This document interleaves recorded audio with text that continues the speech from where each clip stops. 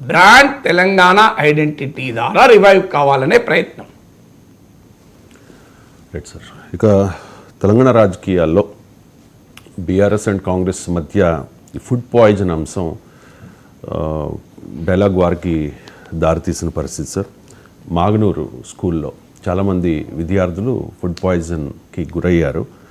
So అంటే ఒక ఘటన జరిగిన తర్వాత 1 by 1 వస్తాయి కాబట్టి చాలా స్కూళ్ళల్లో ఉన్న పరిస్థితిని బీఆర్ఎస్ నాయకులు ఎద్దేవా చేస్తూ ఉన్న పరిస్థితి కనిపిస్తోంది.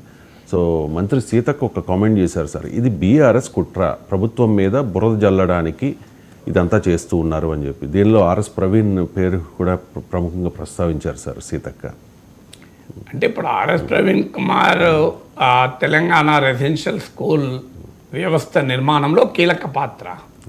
సో డెఫినెట్గా దానికి ఒక గుర్తింపు రావడంలో, దాని వ్యవస్థను ఈ స్థాయిలో నిర్మించడంలో ఆర్ఎస్ ప్రవీణ్ కుమార్ పాత్రను ఎవరు కాదంటారు. కానీ ఆర్ఎస్ ప్రవీణ్ కుమార్ కుట్ర పన్నాడని మంత్రి మాట్లాడేటప్పుడు ఆధారాలు ఉండాలి, కేసు పెట్టాలి కదా. చాలా పెద్ద పని కదా. కుట్ర చేసి ఒక బిడ్డ చనిపోయారు, అనేక వందల మంది బిడ్డలు అనారోగ్యం పాలయ్యారు. చాలా సీరియస్ కంప్లైంట్. మరి ఎక్కడ కేసు పెట్టారు ఆర్ఎస్ ప్రవీణ్ కుమార్ పైన? మనం పొలిటికల్ ఆరోపణ చేయడం మంత్రి స్థాయికి తగదు కదా. పొలిటికల్ ఆరోపణ కాదు. If you have evidence file a case. RS Praveen Kumar తనకున్న లాయలిస్టుల ద్వారా ఇలా ప్రభుత్వానికి చెడ్డ పేరు వచ్చే పని చేయించాడు అని మీరు అనుకుంటే దానికి ఆధారాలు ఉండాలి, ఆయన పైన కేసు పెట్టాలి కదా. ఏం లేదు కదా. మీరు బట్ట కాల్చి పైన వేస్తా అంటే లాభం లేదు కదా. మేము బురద చల్లుతో నువ్వు తుడుచుకో అంటే సాధ్యం కాదు. సో నిర్దిష్టమైన ఆధారాలతో కంప్లైంట్ చేయాలి.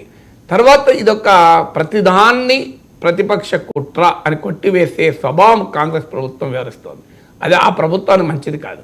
లగచర్ల బీఆర్ఎస్ కుట్ర, ఇథనాల్ ప్లాంట్ బీఆర్ఎస్ కుట్ర, రెసిడెన్షియల్ స్కూళ్ళలో బిడ్డలు చనిపోవడం బీఆర్ఎస్ కుట్ర, మీరు లేదా బీజేపీ కుట్ర, గ్రూప్ 1 అభ్యర్థుల పోరాటం కుట్ర. సో ప్రతిదాన్ని మీరు కుట్ర సిద్ధాంతం చెప్తే జనం ఎట్లా యాక్సెప్ట్ చేస్తారు? ప్రతిపక్షం అనే పార్టీ ప్రభుత్వాల విధానాల వల్ల అసంతృప్తి ప్రజలు చెందిన దాన్ని ఉపయోగించుకునే ప్రయత్నం చేస్తారు. అవసరమైతే అవకాశం అంటే ప్రజల్లో అసంతృప్తి కలిగించే ప్రయత్నం కూడా చేస్తారు. మరి ప్రతిపక్షం ఇంకేం చేస్తుంది? లేకపోతే ఇప్పుడు బ్యాటింగ్ ఓవర్ చేస్తారు, బౌలింగ్ ఓవర్ చేస్తారు కదా. ఇద్దరు బ్యాటింగ్ చేయరు కదా. బ్యాటింగ్ చేసే వారికి ద అదర్ టీం ఏం చేస్తారు? రవిశంకర్ గుగ్లీలు వేస్తుంది, మీకు చాలా పవర్ఫుల్ బౌలింగ్ చేస్తారు. కానీ బ్యాటింగ్ చేసే వారికి సులువుగా ఉండేలా బౌలర్లు బాల్ వేయాలి, లేకపోతే ఇది కుట్ర అంటామంటే ఎట్లా? సో ప్రతిపక్షాల పనేంటి? ప్రభుత్వానికి పరిస్థితులు చాలా సానుకూలంగా ఉండేలా హైవేలో 150 స్పీడ్లో ప్రభుత్వం పోయటానికి సహకరిస్తారా? ప్రతిపక్షం పనే స్పీడ్ బ్రేకర్లు పెడతారు, ప్రతిపక్షం పనే రకరకాల ప్రయత్నాలు చేస్తుంటారు కదా.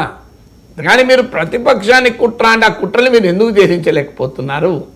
మీ పొలిటికల్ ఫెయిల్యూర్ కదా. సో ప్రతిపక్షాల కుట్ర అని మీరు కొట్టిపారేస్తే లగచర్లలో మీరు కుట్ర అంటారు, వెనక్కస్తారు.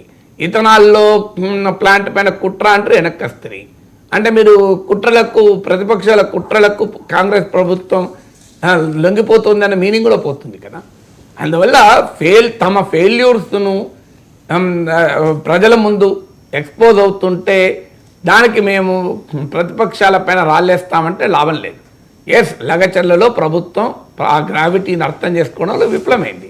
అందుకే ఇవాళ మళ్ళీ ఫార్మా పార్క్ వద్దని ఇండస్ట్రియల్ పార్క్ నోటిఫికేషన్ ఇస్తున్నారు. ఇథనాల్ ప్లాంట్ పైన అంత వ్యతిరేకత వస్తుందని బహుశా అంచనా లేదున్నారు. ఇప్పుడు అది క్లోజే చేస్తామన్నారు. సో దీనికి కారణం ఏంటంటే రేవంత్ రెడ్డి ప్రభుత్వం డే 1 నుంచి కాన్ఫ్రంటేషన్ మోడ్లో ఉంది. కాన్ఫ్రంటేషన్ మోడ్లో ఉన్నప్పుడు నీ తప్పులు నీకు అర్థం కావు. You are not ready to accept anything, you are not ready to learn anything. ఎందుకంటే నువ్వు కాన్ఫ్రంటేషన్ కదా. ఇప్పుడు యుద్ధ భూమిలో ఉన్నవాడు యుద్ధం చేస్తుంటాడు, ఫీడ్బ్యాక్లు తీసుకుంటూ కూర్చోడు. అందుకే ఎప్పుడు యుద్ధ భూమిలో ఉండకూడదు. అలా అధికారంలో ఉన్న వాళ్ళు ప్రతిరోజు యుద్ధ భూమికి ఎందుకు పోవాలి? So have a consultation. మీరు జనంతో మాట్లాడండి. ఎందుకు ఏ విధానం ఒక నిర్ణయం తీసుకునే ముందు ఇంత వివాదాలు ఎందుకు అవుతున్నాయి? అధికారంలోకి వచ్చిన 1 year లోపల మీరు ఇన్ని వివాదాలుగా ఎందుకు మార్చుకోవాలి? సో ఒక నిర్ణయం తీసుకునే ముందు కాస్త ప్రజలతో చర్చించి, రకరకాల వారితో చర్చించి, దానికి ఆ సమస్య రాకముందే మీరు రియాక్ట్ కావాలి కదా. హైడ్రా కుట్ర, లగచర్ల కుట్ర, ఇథనాల్ బిలాపూర్ కుట్ర, హాస్టల్లో పిల్లలు అనారోగ్యం పాలు కావడం కుట్ర, గ్రూప్ 1 విద్యార్థుల పోరాటం కుట్ర. అరే ఇన్ని కుట్రలా కాంగ్రెస్ ప్రభుత్వం పైన? సో అందువల్ల ఈ కుట్ర సిద్ధాంతాలు కాంగ్రెస్ ప్రభుత్వాన్ని మంచి పేరు తేవు. అంటే కాంగ్రెస్ ప్రభుత్వాన్ని పనిచేయలేకుండా స్తంభింపజేస్తోంది ప్రతిపక్షాన్ని వీనికిపోతుంది. అధికారంలో ఉన్నవారు ఎక్కడ తప్పులు జరుగుతున్నాయి, ఎందుకు మరి ఇన్ని రకాల అనారోగ్యాలకు కారణమవుతున్నాయి? కారణం ఏంటి? మీరు వెళ్ళి ఆ రెసిడెన్షియల్ స్కూల్కి వెళ్ళండి, తెలుస్తుంది. కారణాలు వెంటనే దొరుకుతాయి. కారణం కేసీఆర్ ప్రభుత్వంలో పెద్ద ఎత్తున రెసిడెన్షియల్ స్కూల్ పెట్టారు. చాలా స్కూళ్ళకు సొంత బిల్డింగులు లేవు, చాలా రెంటల్ అకామిడేషన్లు ఉన్నాయి, ఘోరమైన సదుపాయాలు.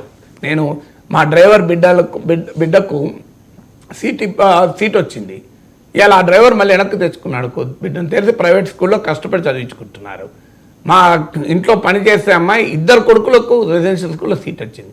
ఇలా 2 కొడుకులు వెనక్కి వచ్చారు. వచ్చి మళ్ళీ వాళ్ళు ప్రైవేట్ స్కూల్లో ఫీజులు కట్టి చదివించుకుంటున్నారు. ఏంటి అంటే పరిస్థితులు ఘోరంగా ఉన్నాయి సార్ అని.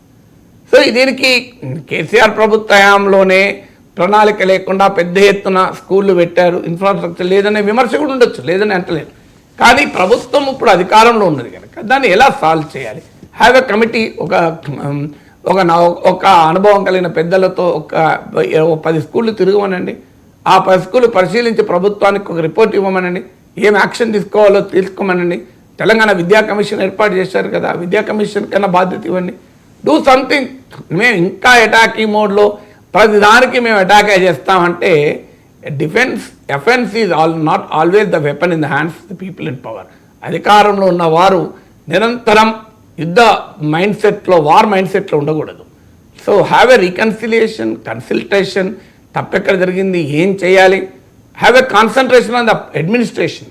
రోజు పొలిటికల్ కాన్ఫ్రంటేషన్ ఉపయోగం లేదు. పాలన పైన దృష్టి పెట్టాలి, రాజకీయ పోరాటం పైన కాదు. Right sir, thank you so much sir. చాలా అంశాలకు సంబంధించి సమగ్ర విశ్లేషణ అందించినందుకు.